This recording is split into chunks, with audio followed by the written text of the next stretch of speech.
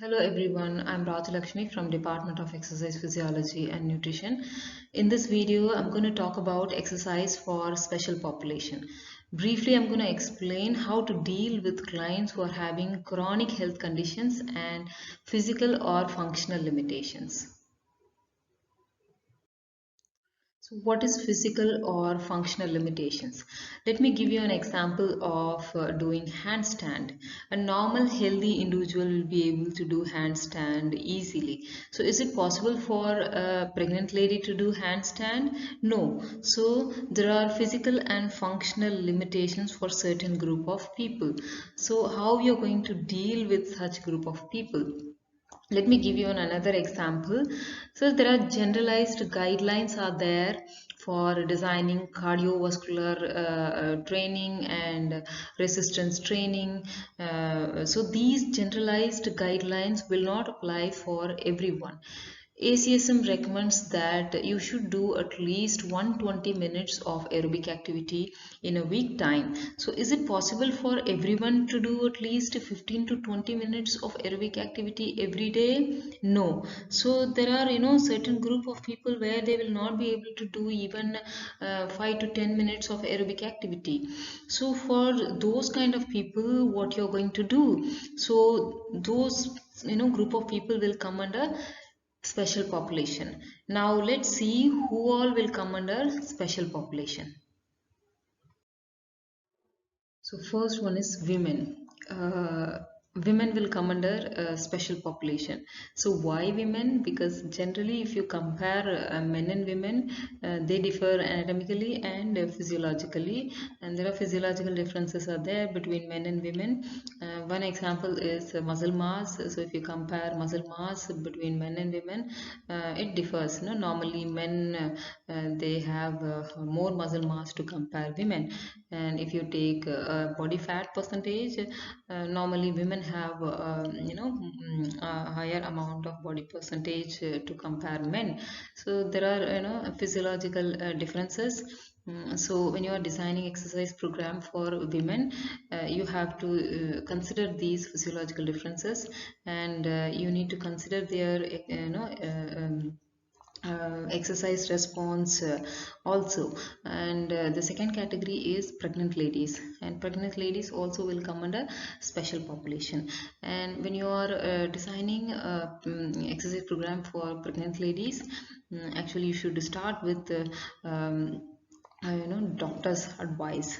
Always you need to work in line with doctors and physiotherapist, especially when you are dealing with the pregnant ladies. Okay. Normally healthy women who's doing exercise already can continue doing exercise during pregnancy, if there is no contraindication of doing any physical activity. And um, the second category is children and adolescents. So even these people will come under special population. And the third category is older adults, and fourth one is people with chronic health conditions, people with diabetes, obesity, and cardiac problem. So those kind of people will come under special population. So for them, as I have mentioned in my previous slides, generalized guidelines will not apply for these group of people. So as an exercise physiologist, as a personal trainer, are you going to invent new exercise and include that in your exercise program? No. So here fit principle applies here also.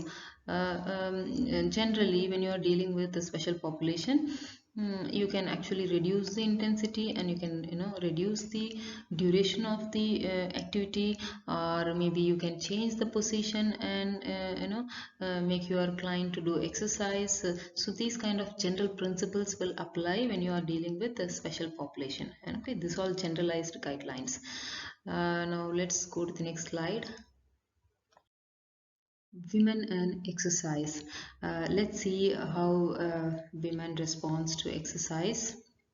So normally women have lower absolute and relative maximal volume of oxygen consumed per unit of VO2 max values. So if you compare men and women, the VO2 max values, normally women will have lower volume of oxygen consumed per unit of VO2 max values.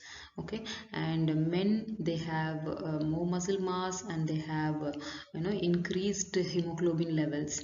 And women, on the other side, if you take women normally have lesser amount of muscle mass, and hemoglobin level also is less.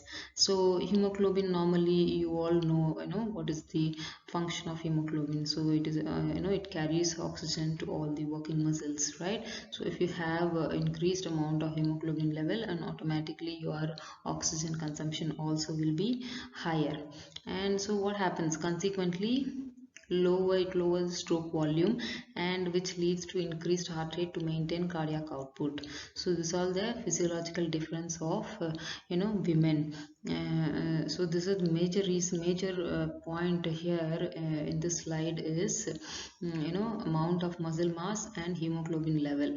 So due to these, the muscle mass is less and hemoglobin level is less. So women, when they do exercise, their stroke volume is lower, and that leads to increased heart rate. So these are the generalized physiological differences, okay, when women do exercise. Now let's go to the next slide. Women physiological differences. Women have increased level of body fat, which is necessary to maintain a healthy menstrual cycle and support pregnancy. I have mentioned this already in my previous slide. Normally women have more body fat. It is mainly for maintaining healthy menstrual cycle and support pregnancy. And due to this, women have a lowered amount of lean body mass to compare with men. So when you are having a lower lean body mass, it leads to lesser amount of consumption of oxygen, and this leads to decreased overall strength in women when comparing with men. So this is the reason for for women being weaker than men physiologically. Okay, so let's go to the next slide. Exercise testing and prescription. So we were discussing about how to design exercise program, and now exercise testing and prescription. So is it same for both men and women? If you ask me, yes, it is same. So if you want to test core stability or core strength of women, you can administer same test for both men and women, and exercise prescription also is same for both men and women. Let's go to the next slide. Pregnancy. Okay, so now pregnant ladies, what are the physiological changes happens during pregnancy? Now let's see one by one. First point is anatomical and physiological changes. So normally they undergo a lot of anatomical and physiological changes. So this is mainly caused by the hormone called gestational hormones.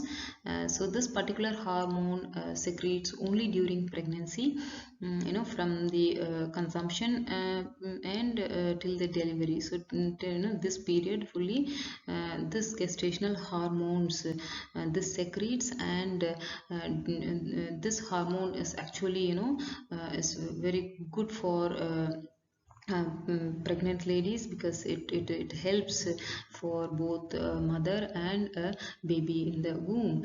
And healthy women normally are encouraged to exercise throughout pregnancy without contraindication. So what are the benefits of doing exercise during pregnancy? So normally during pregnancy, they gain more weight. So that you can prevent by doing regular exercise during pregnancy. You can actually reduce the risk of gaining excessive weight. And the second benefit is decreased risk of development of contraindication associated with pregnancy, such as gestational diabetes and pregnancy induced hypertension, which means normally pregnant ladies they have pregnancy induced hypertension and diabetes. So these conditions you can actually decrease by doing regular physical activity during pregnancy. Okay, so let's go to the next slide. Exercise response. Okay, how a pregnant lady responds for exercise. So there are metabolic response and cardiovascular response and a respiratory system response to exercise. Normally it has effects on various systems of your body. And in metabolic response, if you see, oxygen uptake during weight dependent exercise is increased and oxygen uptake during weight dependent exercise is unchanged, which means during weight dependent exercise means resistance training. When pregnant women when they do resistance training, oxygen uptake is increased.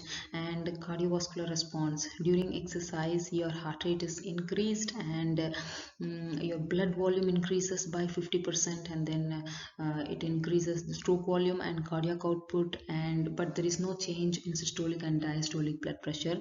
It remains unchanged when a woman do exercise.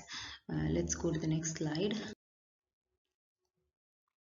Okay, so ventilatory response, if you see, minute ventilation increases and tidal volume and breathing frequency increases. And fetal response, so how a baby which is inside the womb get benefited by doing regular exercise by a pregnant lady. It increases the blood flow and oxygen delivery to the fetus, and heat dissipation happens and glucose availability increases, and nutrition delivery to the uterus, it increases. And women who exercise tend to divert more blood flow to the skin and begin to sweat sooner, allowing heat to dissipate more quickly without causing a dangerous increase in fetal temperature. So it reduces the fetal temperature if pregnant women if they do exercise. And fetal birth weight, it controls birth weight baby. Okay, and mode of delivery, women who exercise during pregnancy are less likely to give birth to overweight or low birth weight babies, and they'll be at low risk for cesarean delivery if pregnant women, they do exercise during pregnancy. Okay, let's go to the next slide. Okay, so next comes the last category, people with health conditions or deceased people. Okay, people with these kind of diseases. Let's see one by one. Coronary heart disease, hypertension, obesity, diabetes, asthma, bronchitis, arthritis, fibromyalgia, osteoporosis, low back pain, multiple sclerosis. So if a person is having these kind of conditions, these people will come under special population. And here I'm going to talk about only obese people. Okay, so how to design exercise program for obese people. So before we discuss about exercise designing, let me present some facts. According to ICMR, the prevalence rate of obesity is 11.8% to 31.3%. Okay, so which means 30% of our population is obese. So this number is actually, it's keep on increasing in the past decade. If you see, if you just go and read research articles, this number is actually, it is increasing. So there is a common method to calculate overweight or obesity is BMI, right? Everyone knows about BMI, and this is the most prevalent health disorder in India. Let's go to the next slide. Okay, so generally when you are training obese people, you have to actually make the activity as enjoyable as possible, and it should be pain free, because normally obese people will be having knee pain and back pain and these kind of general problems they will have due to their overweight and more body mass. So you have to actually make it enjoyable. Whatever activity you include in your exercise program, they should have positive feeling about doing exercise. And identify the right combination of activities. The combination, you can't, their major goal is reducing weight. For obese people, reducing weight is the major goal. So for them, you can't ask them to run on the treadmill every day for half an hour because they want to reduce weight. So it is actually a bad idea, because they will drop out. And exercise are there, and it's very very important. Motivation is important, when especially when you are dealing with clients who are obese. And the third point is keep the activity at an intensity level that does not cause pain or soreness. So what happens if they feel, if they have negative feeling about doing exercise, if they have pain, and they will not come to you next day. Okay, so your intensity level also should be low, and you can actually do it for a longer duration period. And emphasize low intensity and high duration activities. Ensure that they have positive feeling about being physically active. Weight maintenance is a lifelong process, so daily dose of physical activity is needed. So if they miss classes, if they are not regular, and they can't achieve the goal of reducing weight, so they have to be regular, because weight reduction is not easy process.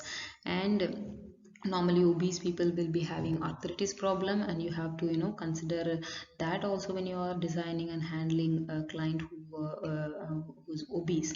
And you can actually include water based activity. It is one of the best forms of activity you can recommend for obese people. It is very safe, and if you have the facility of doing water based activity, you can have that in the in your priority list on the top.